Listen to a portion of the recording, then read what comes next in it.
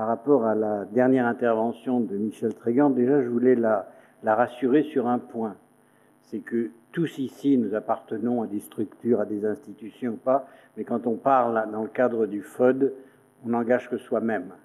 Ce qui nous permet de dire ce qu'on veut et tout à fait librement. On n'engage pas nos institutions. Mais alors c'est vrai que dans ce cadre magnifique du conseil régional, et qu'on est conseiller régional, il vaut mieux le préciser. C'est pas dans ma conclusion de traiter du problème du coût et des économies éventuelles de la FOAD. Je pourrais vous en parler après. C'est une source d'économie, en termes d'économie d'échelle, si on a une armée à former, et si c'est la même formation pour tout le monde, et si les technologies n'évoluent pas trop vite, beaucoup de conditions qui ne sont pas remplies. En réalité, les économies évidentes sont sur les transports, et également si, grâce à ces technologies, la formation se passe en dehors du temps de travail, et que donc les 2/3 des dépenses de formation qui correspondent à de la rémunération, on en fait l'économie. Mais ça a été une mauvaise publicité depuis 20 ans de faire croire qu'en elles-mêmes, ces technologies faisaient des économies par rapport à de l'enseignement traditionnel. Peut-être les MOOC dont on a parlé, effectivement, si on veut former 150 000 personnes, ça doit être moins cher que de les diviser par groupe de 20. Voilà. Donc, il m'appartient maintenant de conclure ces travaux. Comme toujours, c'est très difficile de conclure. Je dirais que c'est plutôt un mot de la fin.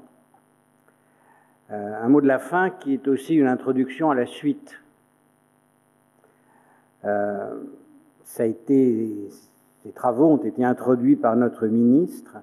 Je crois que c'est un signe de notre impact, c'est un signe de notre reconnaissance, comme disait Michel Théry tout à l'heure. C'est un signe aussi de notre utilité. Et c'est un espoir précis de pouvoir continuer à faire avancer les choses et à participer à l'évolution de nos systèmes. Après 48 heures de travaux sur les liens entre la formation et notre nouvel environnement numérique, on a avancé.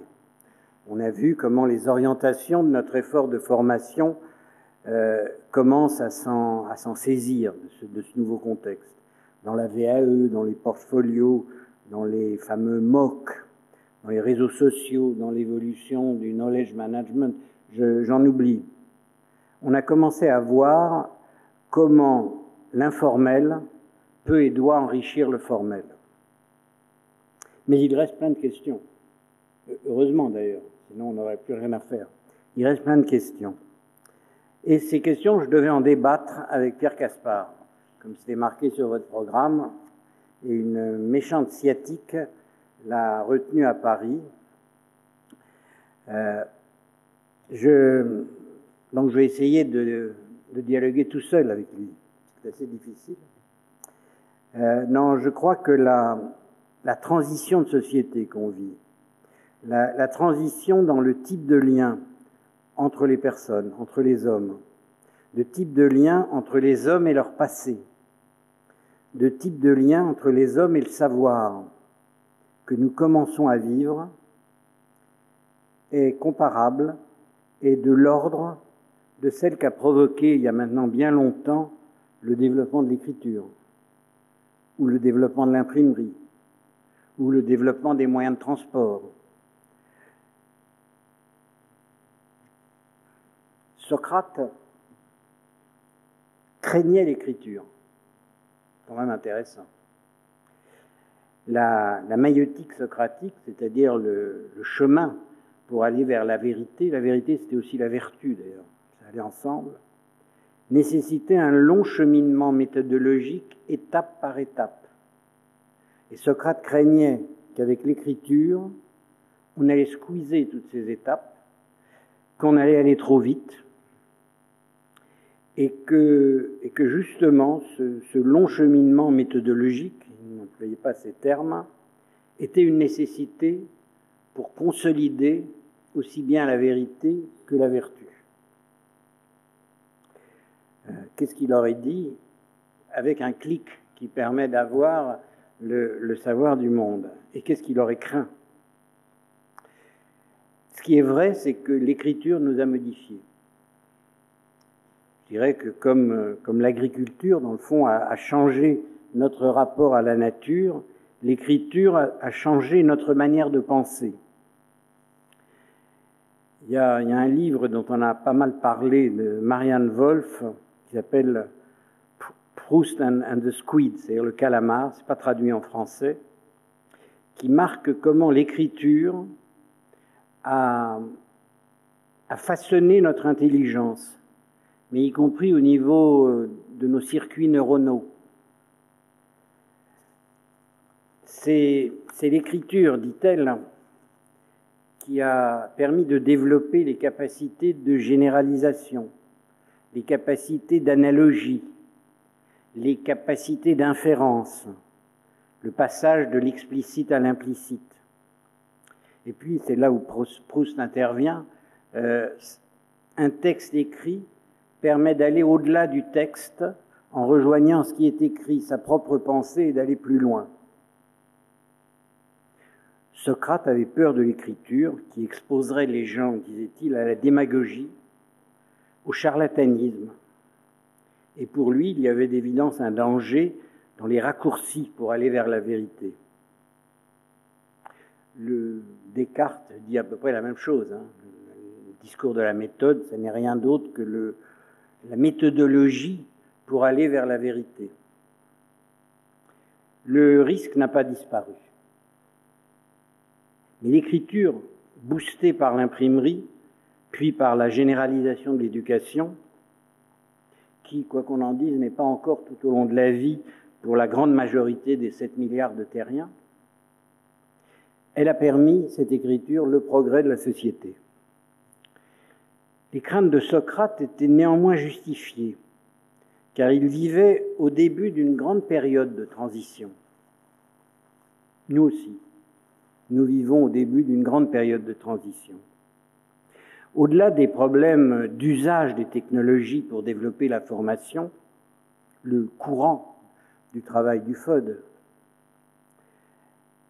la question que je me pose, c'est quel impact sur l'intelligence de nos enfants de cet environnement numérique dont on sait que les prochaines décennies nous transporteront dans la science-fiction? Quel impact sur l'intelligence? Là aussi, nous ne sommes qu'au tout début. Les années qui viennent, les décennies qui viennent, vont voir de tels changements que tout ce dont on parle aujourd'hui nous paraîtra rapidement complètement arriéré. Comment est-ce qu'on forme à cette adaptation? Et puis, et c'est Pierre Caspar qui me soufflait la question, et nous, membres du FOD, amis du FOD, qu'est-ce qu'on doit faire là-dedans? Ma conviction, c'est qu'on doit faire beaucoup. Redéfinir mieux ce que l'on perçoit du nouveau rôle du formateur. Il ne s'agit plus d'apprendre tel ou tel outil ou tel usage des technologies, qui sont d'ailleurs de plus en plus faciles, ni même, comme on l'a fait beaucoup au FOD, de telle ou telle ingénierie de formation. C'est déjà plus difficile. En fait, comme disait Michel Lissowski, il y a aujourd'hui une sorte de consensus général là-dessus. C'est le travail classique du FOD, ça. Réfléchir sur comment on intègre ces nouvelles technologies dans la nouvelle ingénierie de formation, etc. Mais il s'agit maintenant de modifier la posture même du formateur et de l'enseignant. Les moments didactiques ne vont pas disparaître, mais ils seront réservés à de vrais grands experts qui ajoutent par leurs travaux de la connaissance à la connaissance, justement. Mais pour la majorité des formateurs, comme pour la majorité des enseignants, c'est autour de la posture d'accompagnateur de l'auto-apprentissage, comme dit Philippe Carré, qu'il faut chercher le contour, le périmètre du nouveau rôle. cette appropriation du savoir dont il parlait tout à l'heure dans la vidéo. Il y aura là une nouvelle fonction, un nouveau besoin de formation de formateurs beaucoup plus difficile que de leur apprendre les technologies. Beaucoup plus difficile car il s'agit d'évolution comportementale. C'est beaucoup plus difficile que l'apprentissage de tel ou tel outil. Parce que Pierre Caspar n'a pas pu venir, je vais quand même vous citer une chose qu'il dit. Il a dit dans son livre « La formation des adultes hier, aujourd'hui, demain », perdre le statut et l'autorité de celui qui sait n'est ni facile à intégrer, ni facile à vivre, surtout lorsque l'on passe de l'estrade au plancher et du plancher au téléphone ou à l'ordinateur. Je pense que le défi est effectivement extrêmement difficile. La formation à cette nouvelle posture est extrêmement difficile. Ça touche le fond de la personne, ça touche le comportement et le comportement profond. Mais ce sera aussi, en référence à ce que disait tout à l'heure Michel Théry, ce sera aussi le développement de l'autonomie, de l'initiative, de la créativité, ces manières d'enseigner. C'est à ce prix-là que nous, quand je dis nous, je ne parle pas que du FOD, je parle de la communauté des formateurs, jouerons notre rôle et pourront rassurer Socrate sur l'avenir de la société au sens d'avenir de la civilisation. Je vous remercie.